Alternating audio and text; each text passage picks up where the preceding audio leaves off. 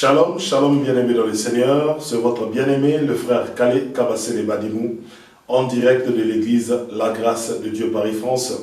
Béni soit le Dieu très haut, le Père de notre Seigneur Jésus-Christ, d'avoir permis à ce que nous puissions avoir le souffle de vie, afin que nous puissions nous présenter devant vous et de vous apporter cette bonne nouvelle qui est l'année de la grâce, le temps des nations. Bien-aimés dans le Seigneur, vous êtes bien au 12 square Gérard Philippe Attrape. 78 190. Si vous voulez participer avec nous à un moment d'adoration, de culte et d'enseignement et de partage, n'hésitez pas à contacter nous au numéro sur la description de cette vidéo. Mais bien aimés, remettons cet instant de l'enseignement entre les mains du Saint-Esprit. Que le Saint-Esprit nous guide, que le Saint-Esprit nous conduise afin que nous puissions parler que de la vérité, rien que la vérité.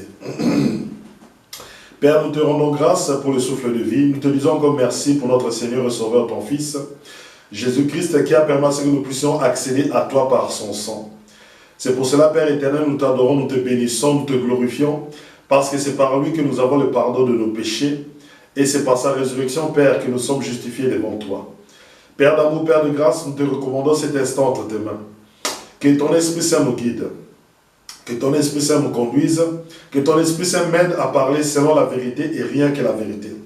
Que ton Esprit Saint me donne les paroles nécessaires afin que ce peuple puisse entendre la bonne nouvelle. Et afin que toute personne qui entendra et qui écoutera ce message puisse se convertir et venir à toi, le seul, l'unique et le véritable Dieu. Nous te rendons grâce, Père, pour tout ce que tu accompliras aujourd'hui, parce que tu enlèveras les gens de les ténèbres et tu les amèneras dans le royaume de lumière de ton Fils bien-aimé. C'est pour cela que nous disons tous, au nom de Jésus-Christ, Amen, Amen, Amen. Excusez-moi pour la voix, bien-aimé. Bien-aimé dans le Seigneur, le thème d'aujourd'hui, dans cet enseignement, les temps des nations, c'est la nouvelle alliance, l'alliance de la perfection. L'alliance de la perfection. Pourquoi est-ce que nous disons l'alliance? Nouvelle alliance, c'est l'alliance de la perfection. C'est comparativement à l'ancienne alliance. Ce n'est pas moi, le frère Kale, qui le dit, c'est la parole de Dieu qui le dit. C'est la parole qui le confirme. C'est pour cela, bien aimé, lorsque nous parlons d'Israël, ce n'est pas pour nous focaliser sur le peuple d'Israël. Non, bien aimé. Les Écritures nous enseignent que le peuple d'Israël, le peuple élu, a été pris comme un exemple, afin que nous qui sommes arrivés au temps de la fin, nous ne puissions pas nous perdre. Le peuple d'Israël, le peuple juif, est comme une boussole. Lorsque nous regardons son comportement, lorsque nous nous référons au peuple d'Israël, cela nous permet de mieux marcher dans notre vie chrétienne. Cela nous permet de mieux comprendre la manière dont Dieu agit sur son peuple. Donc, la nouvelle alliance, l'alliance de la perfection, pourquoi? Parce que s'il y a une perfection, c'est-à-dire que nous sommes arrivés au niveau d'être parfaits comme Dieu. Et je pense que, comme quelqu'un est parfait, il a atteint le stade ultime. C'est-à-dire qu'il est comparable à Dieu. C'est-à-dire quoi? C'est-à-dire qu'il est arrivé au niveau où il ne peut plus pécher. Parce que Dieu est le seul être, si on peut dire ainsi, à ne pas pécher et à ne jamais pécher. Et il ne péchera jamais. Les anges ont péché, à l'exemple de Lucifer et les anges déchus. Les démons, en fait, sont des anges qui étaient auprès de Dieu, mais qui ont péché. Mais Dieu, lui, ne pêche jamais. C'est pour cela, nous disons que l'alliance, nouvelle alliance, l'alliance de la perfection. C'est-à-dire que le stade où nous arrivons en tant qu'un être humain, ou bien un homme ou une femme, à ne plus pécher. Prenons Hébreux chapitre 8, à partir du verset 7. Aujourd'hui, nous allons nager dans les livres des Hébreux. Pourquoi allons-nous nager dans les livres des Hébreux? Parce que c'est un chapitre de la Bible qui est consacré à l'explication au peuple juif, au peuple d'Israël, qui ne comprenait pas la nouvelle naissance, qui ne comprenait pas la nouvelle alliance. Ce chapitre est vraiment basé pour eux, afin qu'ils saisissent la différence entre l'ancienne alliance et la nouvelle alliance. En quoi est-ce que l'ancienne alliance diffère de la nouvelle alliance? Dans l'ancienne alliance, le médiateur c'était qui? Le souverain sacrificateur c'était qui? Et dans la nouvelle alliance, le médiateur c'est qui? Et le souverain sacrificateur c'est qui? C'est important de le savoir. Hébreux chapitre 8 à partir du verset 7. Je lis au nom de notre Seigneur Jésus-Christ. En effet, si la première alliance avait été sans défaut, il n'aurait pas été question de la remplacer par une seconde. Alléluia. Si l'alliance de Moïse, si la première alliance avait été sans défaut, c'est-à-dire que l'alliance de Moïse menait à la perfection, on n'aurait pas eu besoin d'une deuxième alliance. Mais si la seconde alliance est intervenue, si la nouvelle alliance est intervenue, c'est parce qu'il y avait quelque chose dans l'ancienne alliance qui a empêché que le peuple d'Israël atteigne la perfection. Dans cette alliance-là, ce qui a empêché que le peuple d'Israël atteigne la perfection, c'était le péché du peuple. Alléluia. C'était le péché du peuple. Continuons. Je lis dans le verset 8. Car c'est avec l'expression d'un blâme que le Seigneur dit à Israël. Là, le Seigneur parle d'Israël. Voici, les jours viennent, dit le Seigneur, où je ferai avec la maison d'Israël et la maison de Juda une alliance nouvelle. Non comme l'alliance que j'ai traitée avec leur père le jour où je les saisis par la main pour les faire sortir du pays d'Égypte. Car ils n'ont pas persévéré dans mon alliance. Et moi aussi, je ne me suis pas soucié d'eux, dit le Seigneur. Mais voici l'alliance que je vais faire avec la maison d'Israël. Ce jour-là, dit le Seigneur, je mettrai mes lois dans leur cœur, je les écrirai dans leur cœur, et je serai leur Dieu, et ils seront mon peuple. Aucun n'enseignera plus son concitoyen, ni aucun son frère, en disant, connais le Seigneur, car tous me connaîtront, depuis le plus petit jusqu'au plus grand d'entre eux, parce que je pardonnerai leurs iniquités, et je ne me souviendrai plus de leurs péchés. En disant une alliance nouvelle, il a déclaré la première ancienne.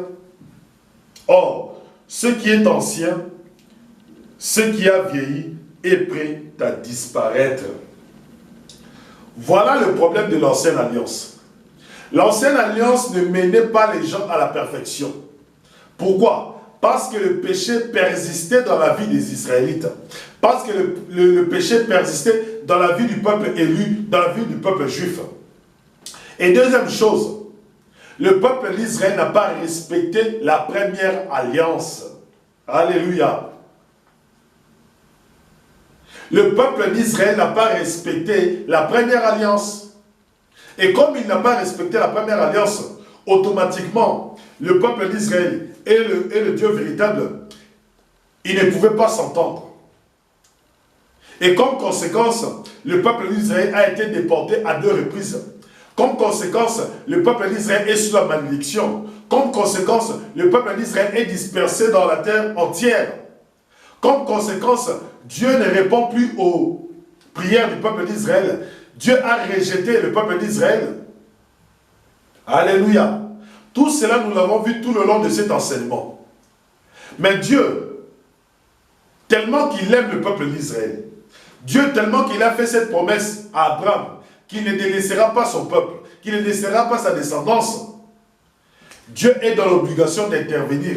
Dieu est dans l'obligation de sauver le peuple d'Israël. Mais pour sauver le peuple d'Israël, il doit faire une nouvelle alliance. Alléluia. Mais s'il doit faire une nouvelle alliance, cette fois-ci, il ne fera pas une alliance comme la première, mais cette fois-ci, il fera une alliance qui mènera le peuple d'Israël à la perfection. Alléluia. Pourquoi est-ce qu'il doit mener le peuple d'Israël à la perfection? Nous l'avons vu le dimanche passé. qu'il y aura une nouvelle terre et de nouveaux cieux. Or, pour que tu habites dans la nouvelle terre, pour que tu vives dans la nouvelle terre, pour que tu voies le nouveau cieux, il faut que tu sois sans péché. Alléluia.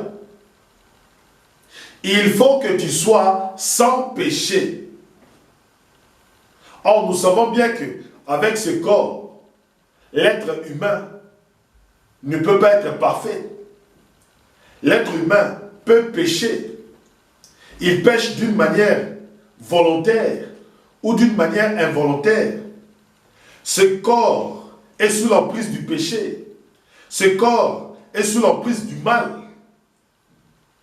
Donc, aucun être humain sur la terre ne peut dire que moi je ne pêche jamais. Impossible.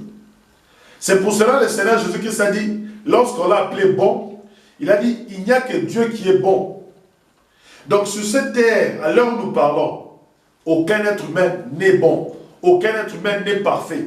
Moi qui vous parle, moi qui ai accepté Jésus-Christ dans ma vie, même si je suis chrétien, même si Christ vit en moi, même si l'Esprit Saint est en moi, j'ai des fois des erreurs.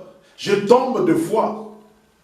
Des fois, je peux pécher, volontairement ou involontairement. C'est pour cela qu'il faut une nouvelle alliance, afin que ces péchés soient effacés, ces péchés soient pardonnés. Or, avec l'ancienne alliance, quand tu pêches, automatiquement tu mérites la mort. Alléluia. Quand tu pêches, tu mérites la mort. Prenons Romains chapitre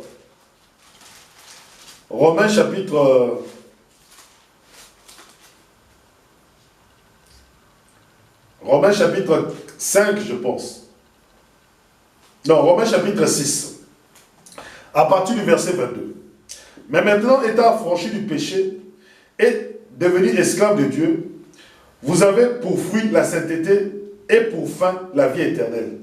Car le salaire du péché, c'est la mort. Mais le don gratuit de Dieu, c'est la vie éternelle en Jésus-Christ, notre Seigneur. Donc nous voyons que le salaire du péché, c'est la mort. Or, cette fois-ci, dans la nouvelle alliance, nous voulons atteindre la perfection. Dans la nouvelle alliance, Dieu veut nous mener à la perfection. Or, pour que Dieu nous mène à la perfection, il faut qu'il efface nos péchés et qu'il nous délivre du péché et qu'il nous délivre de la puissance du péché. Alléluia. Saisissez bien. Pour que la nouvelle alliance soit meilleure que l'ancienne alliance, il faut que non seulement l'alliance nouvelle nous mène à la perfection, il faut que la nouvelle alliance nous délivre du péché. Or, les défauts de l'ancienne alliance, peuple d'Israël, écoutez-moi. Peuple d'Israël, saisissez. Peuple élu, saisissez. Vous savez pourquoi vous ne pouvez pas vous présenter devant Dieu avec l'ancienne alliance? Parce que l'ancienne alliance ne vous délivrera jamais du péché. Alléluia. L'ancienne alliance ne vous délivrera jamais du péché.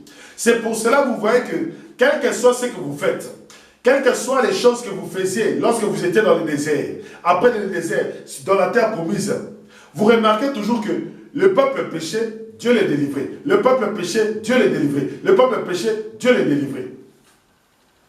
Donc, le peuple était constamment dans le péché. Le peuple était constamment dans les abominations.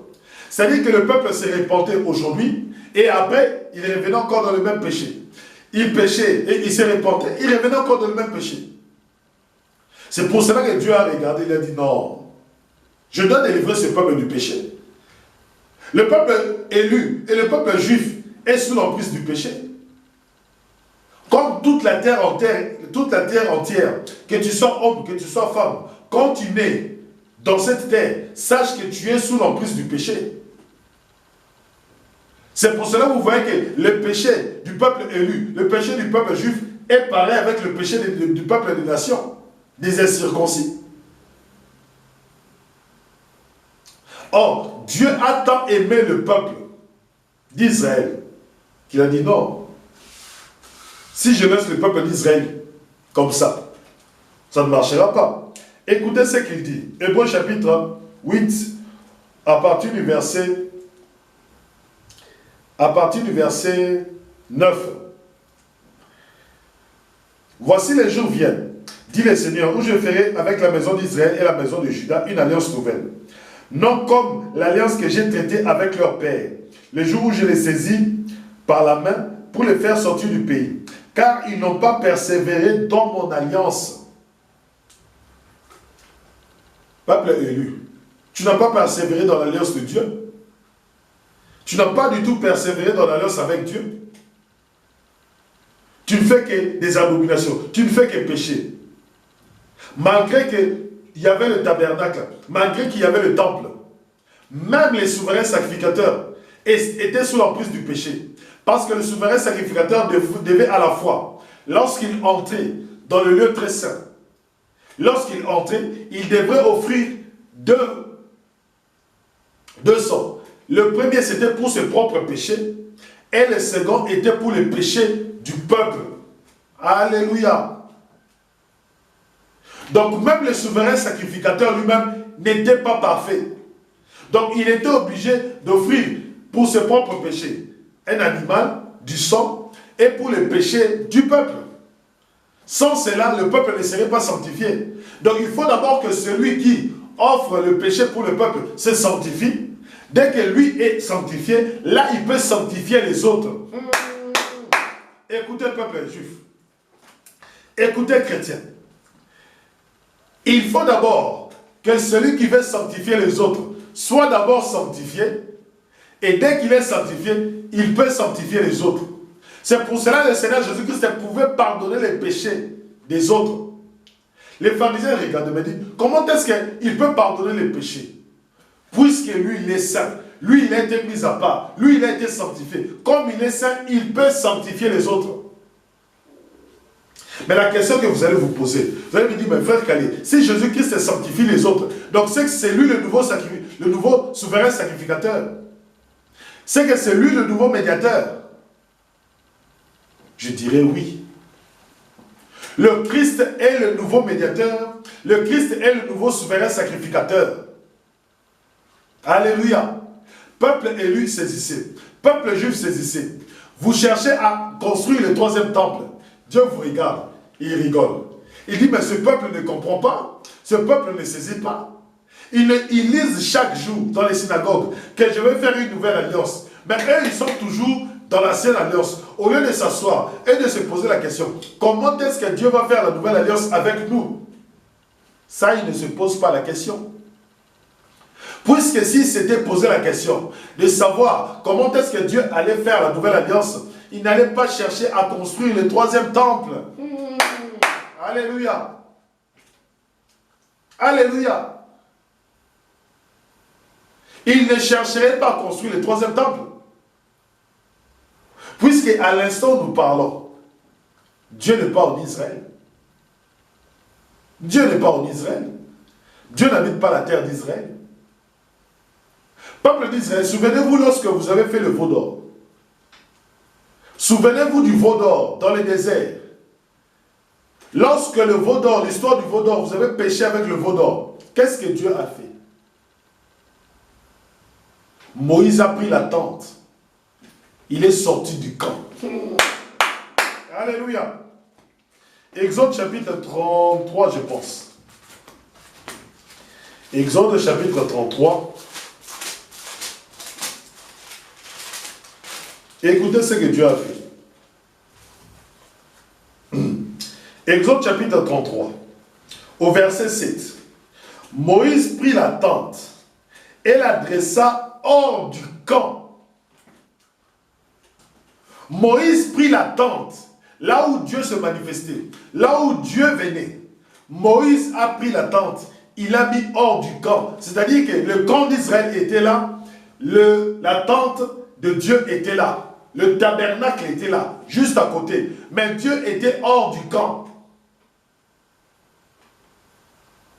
Pourquoi? Parce que le peuple avait péché. Parce que le peuple a introduit un autre Dieu dans les camps. Or, à l'instant où je vous parle, la terre d'Israël est comme le camp d'Israël. Dieu n'est pas dedans, Dieu n'est pas avec eux. Pourquoi? Dieu est à l'extérieur. Pourquoi? Parce que le peuple d'Israël a introduit d'autres dieux en Israël. Et comme ils ont introduit d'autres dieux en Israël, qu'est-ce que Dieu a fait? Dieu est hors du camp. Comme Dieu est hors du camp, comment est-ce que vous pouvez avoir une nouvelle alliance en dedans du camp? Alléluia.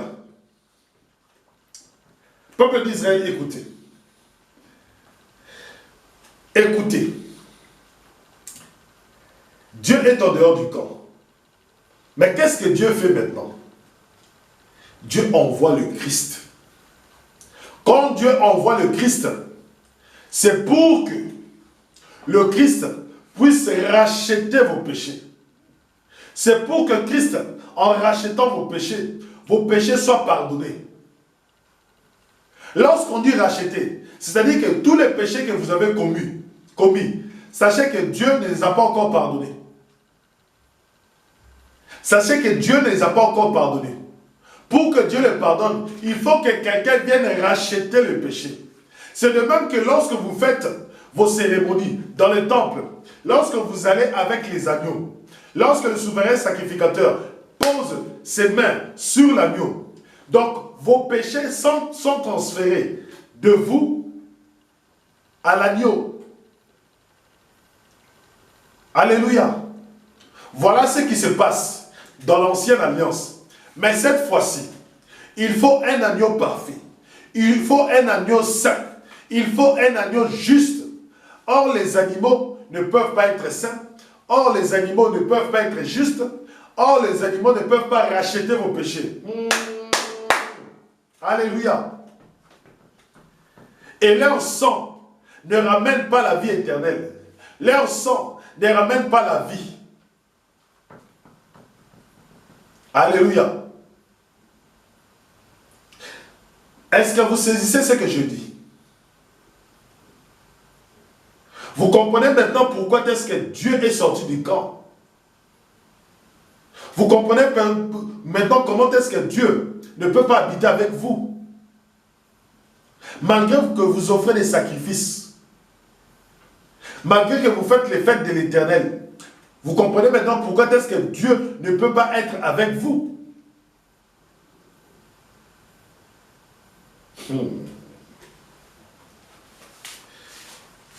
Hébreux chapitre 9. Hébreux chapitre 9 au verset 15. Hébreux chapitre 9 au verset 15. Et c'est pour cela qu'il est le médiateur d'une nouvelle alliance, afin que la mort étant intervenue pour le rachat des transgressions commises sous la première alliance, ceux qui ont été appelés reçoivent l'héritage éternel qui leur a été promis. Car là où il y a un testament, il est nécessaire que la mort du testateur soit constatée. Un testament, en effet, n'est valable qu'en cas de mort, puisqu'il n'a aucune force tant que le testateur vit. Voilà pourquoi c'est avec du sang que même la première alliance fut inaugurée. Moïse, après avoir prononcé devant tout le peuple tout le commandement de la loi, prit le sang de veau et de bouc avec de l'eau, de la laine écarlate et de l'hypsos, de l'hysope, et il fit l'aspersion sur le livre lui-même et sur tout le peuple en disant: ceci est le sang de l'alliance que Dieu a ordonné pour vous. Il fit pareillement l'aspersion avec le sang sur les tabernacles et sur tous les ustensiles du culte. Et presque tout, d'après la loi, est purifié avec du sang, et sans effusion du sang, il n'y a pas de pardon. Sans l'effusion du sang, il n'y a pas de pardon. Mais maintenant, le sang des animaux, le sang de bouc, Dieu n'en veut pas. Pour le pardon de vos péchés, pour pardonner vos péchés, pour pardonner les abominations, pour pardonner tout ce que vous avez commis comme péché, le sang de bouc, le sang de taureau, le sang des agneaux, le sang des béliers n'est pas suffisant, ne sont pas suffisants pour effacer toutes ces transgressions. Alléluia. Ce n'est pas suffisant. Or, avec ce sang-là, le peuple, le péché ne peut pas être ôté. Il faut un autre sang qui vienne purifier. Alléluia. Parce que la vie est dans le sang, tel que le lit le livre des Lévitiques. Maintenant, il faut un sang saint, il faut un sang pur, qui vienne vous purifier, qui vienne vous sanctifier, qui vienne ôter le péché. Or, ce sang-là ne peut être que le sang d'un être humain. Or, ce sang-là ne peut être que le sang d'un juste. Or, ce sang-là ne peut être le sang que d'une personne qui soit parfaite comme Dieu. Ce sang-là ne peut être que le sang d'une personne qui n'a jamais commis le péché. Alléluia. Et cette personne qui n'a jamais commis le péché sur cette terre, qui est sans péché, cette personne-là, c'est à la personne du Seigneur Jésus de Nazareth, qui est le Christ. Alléluia. Je répète, le sang qui peut ôter le péché du peuple d'Israël aujourd'hui, qui peut effacer, purifier le péché du peuple d'Israël, c'est le sang du Seigneur Jésus-Christ. Écoutez maintenant, Hébreux chapitre 9 au verset 23. Il était donc nécessaire, puisque l'image des choses qui sont dans les cieux devait être purifiée de cette manière, que les choses célestes elles-mêmes le fussent par des sacrifices plus excellents que ceux-là. Donc dans la nouvelle alliance, il faut que nous ayons un sacrifice plus excellent que le sacrifice des taureaux, des boucs, ainsi de suite. Est-ce que ne disons-nous pas que le sacrifice de la première alliance était excellente? Oui, la Bible déclare qu'elle est excellente. Mais pour la nouvelle alliance, il faut un sacrifice plus excellent. Écoutez. Car Christ n'est pas entré dans un sanctuaire fait de main d'homme, en imitation du véritable, mais il est entré dans le ciel même, afin de comparaître maintenant pour nous devant la face de Dieu. Et ce n'est pas pour offrir lui-même plusieurs fois qu'il y est entré, comme le souverain sacrificateur entre chaque année dans le sanctuaire avec du sang étranger. Autrement, il aurait fallu qu'il eût souffert plusieurs fois depuis la création du monde. Tandis que maintenant, à la fin des siècles, il est apparu une seule fois pour abolir les péchés par son sacrifice. Et comme il est réservé aux hommes de mourir qu'une seule fois, après quoi vient le jugement, de même Christ qui s'est offert une seule fois pour porter les péchés de plusieurs, apparaîtra sans péché une seconde fois à ceux qui l'attendent pour leur salut. Écoutez, il a apparu une seule fois pour abolir le péché par son sacrifice. Bien-aimé dans le Seigneur, il est apparu une seule fois pour abolir le péché. Or, le défaut de la première alliance, c'était quoi? C'est que le peuple était esclave du péché. Or, lui apparaît pour abolir le péché. Lui apparaît pour ôter le péché. Lui apparaît pour ôter l'influence du péché sur le peuple d'Israël. Pour ôter l'influence du péché sur le peuple élu. Il est comme un sauveur. Il est venu pour délivrer le peuple du péché. De même que Dieu a délivré le peuple élu de l'Égypte en donnant, en mettant le sang sur les linteaux. Souvenez-vous à la Pâque, en mettant le sang sur les linteaux. Ce sang-là signifiait que ce peuple-là est maintenant sanctifié, purifié. Ils peuvent sortir de l'Égypte. Or, le peuple de l'Égypte est considéré comme le péché. Ils étaient esclaves. Pour sortir, il n'a pas fallu le dipler. Il a fallu seulement qu'un agneau soit tué, immolé, et que son sang soit mis sur les linteaux des maisons du peuple juif. Et lorsque le destructeur est venu, il a tué tous les enfants, tous les premiers-nés des Égyptiens, mais il a laissé les premiers-nés du peuple hébreu, du peuple juif. Ce n'est que là que le pharaon a dit, il faut que ce peuple parte. Il faut que ce peuple parte. Donc pour que tu sois délivré du péché, pour que Israël puisse sortir d'Égypte, il faut la mort. Il faut que la mort intervienne. Or, dans ce cas, le peuple d'Israël, pour qu'il soit délivré du péché, pour qu'ils entrent dans la nouvelle alliance, pour qu'ils puissent vivre l'héritage de la nouvelle alliance, pour qu'ils puissent entrer dans la nouvelle terre, pour qu'ils puissent entrer dans le nouveau ciel, il faut la mort du Christ. Il faut la mort du Christ. Alléluia. Ça devient intéressant. Il faut la mort du Christ. Ésaïe chapitre 53. Il faut la mort du Christ. Sans la mort du Christ, vous ne pouvez pas être délivré du péché. Sans la mort du Christ, le sacrifice que vous offrez est excellent, mais n'est pas plus excellent que le sacrifice de Christ. Ésaïe chapitre 53. Écoutez ce que le verset 6 dit.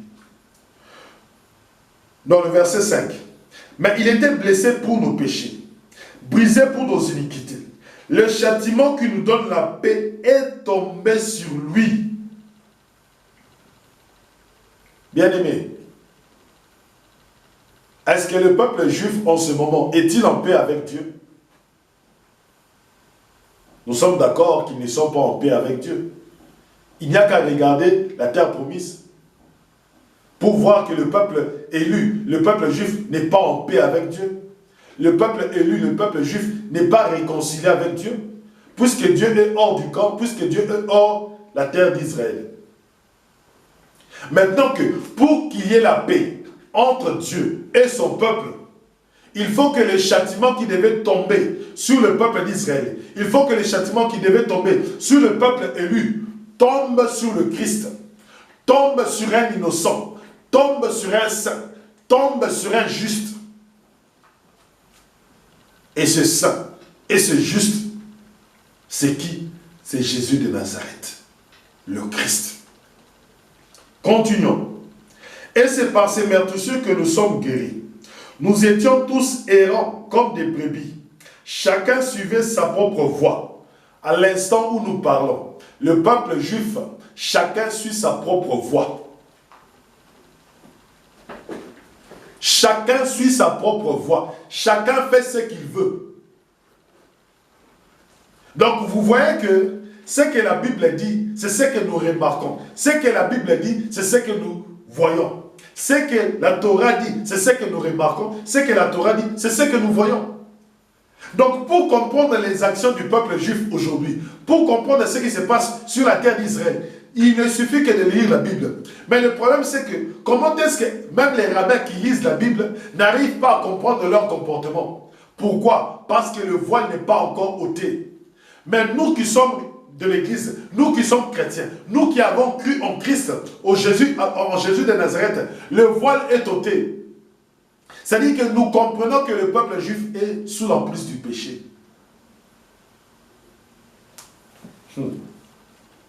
Et l'Éternel l'a frappé pour l'iniquité de nous tous. L'Éternel l'a frappé pour l'iniquité de nous tous. Peuple élu, tous les péchés que vous êtes en train de faire, sachez qu'à la croix, Christ, Jésus de Nazareth, tous vos péchés ont été mis sur lui. Donc, Dieu a racheté vos péchés et l'a mis sur le Seigneur Jésus-Christ. Pourquoi? Afin que quiconque croit en lui ait la vie éternelle. Ses péchés sont réellement ôtés, afin qu'il puisse accéder à la nouvelle alliance. Jésus-Christ est le médiateur de la nouvelle alliance. Jésus-Christ est celui qui intercède pour le peuple qui croit en lui. Vous ne comprenez pas lorsque Dieu dit, au chapitre 8, au verset au verset 10, il dit, je mettrai mes lois dans leurs esprits, et je les écrirai dans leur cœur, et je serai leur Dieu, et ils seront mon peuple. Alléluia. Est-ce que ça ne vous choque pas lorsque Dieu dit ça? Ça ne vous interpelle pas, peuple élu, lorsque Dieu vous dit ça? Je serai leur Dieu et ils seront mon peuple. Est-ce que, pour le moment, Dieu n'est pas votre Dieu? Le Dieu d'Abraham, le Dieu d'Isaac, le Dieu de Jacob n'est pas votre Dieu?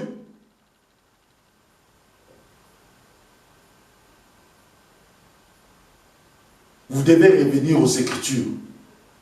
Vous devez croire en notre Seigneur Jésus-Christ. Quand Dieu dit cela, vous comprenez maintenant pourquoi vous n'avez pas la paix dans la terre promise? Vous comprenez pourquoi les abominations, vous comprenez pourquoi le péché gangrène la terre promise? La terre promise n'est plus sainte. Dieu est hors du camp. Il est temps de vous tourner vers Dieu. Si je vous prêche la repentance, peuple élu, c'est parce que Dieu dit ceci, je ferai avec eux une nouvelle alliance. Et ils seront mon peuple et je serai leur Dieu. Mais à l'instant où je vous parle, est-ce que Dieu est-il votre Dieu? Vous l'avez rejeté. Vous l'avez rejeté. Parce que celui qui a rejeté Jésus-Christ a rejeté Dieu. Celui qui a rejeté Jésus-Christ a rejeté les plans de Dieu dans sa vie. Alors, peuple élu, la nouvelle alliance est là. Elle est là. Elle vous amène à la perfection. C'est-à-dire qu'elle vous amène à être saint comme Dieu, à être juste comme Dieu, à être sanctifié comme Dieu. Mais cela passe par notre Seigneur Jésus de Nazareth, le Christ, le Fils de Dieu.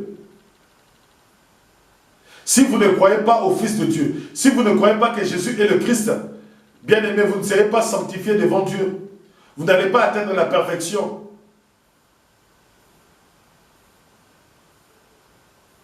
Alléluia.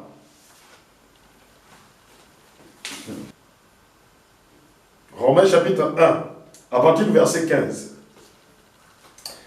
Ainsi, j'ai un vif désir de vous annoncer aussi l'évangile, à vous qui étiez à Rome, car je n'ai pas honte de l'évangile.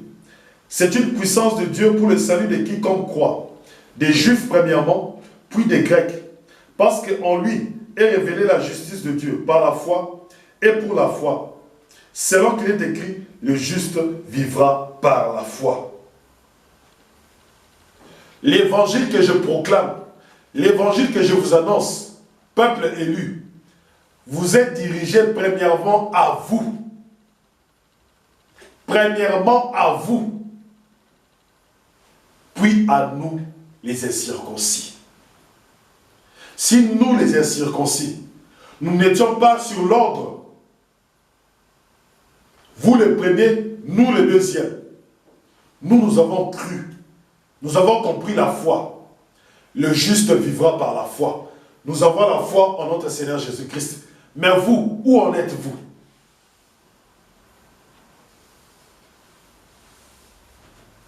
Mais vous, où en êtes-vous? Père Tout-Puissant, nous te rendons grâce pour cette belle parole. Je te recommande le peuple qui a écouté et suivi. Et je te recommande tous ceux qui mettront cette parole en pratique. C'est-à-dire croire en la nouvelle alliance, l'alliance de la perfection. Croire en notre Seigneur Jésus-Christ, afin qu'il soit sauvé, afin qu'il reçoive la vie éternelle. Béni soit ta grâce et ta faveur. Père, je te recommande cette semaine entre tes mains. Bénis ce peuple qui a écouté. Au nom de Jésus-Christ, j'ai ainsi prié. Amen. Amen. Bien-aimés, je vous dis à dimanche prochain. Église La Grâce de Dieu Paris-France, c'est votre bien-aimé, le frère Kale Kabassé de Badimou. Nos horaires de culte n'ont pas changé, toujours de 10h à 12h. Soyez bénis au nom de Jésus-Christ.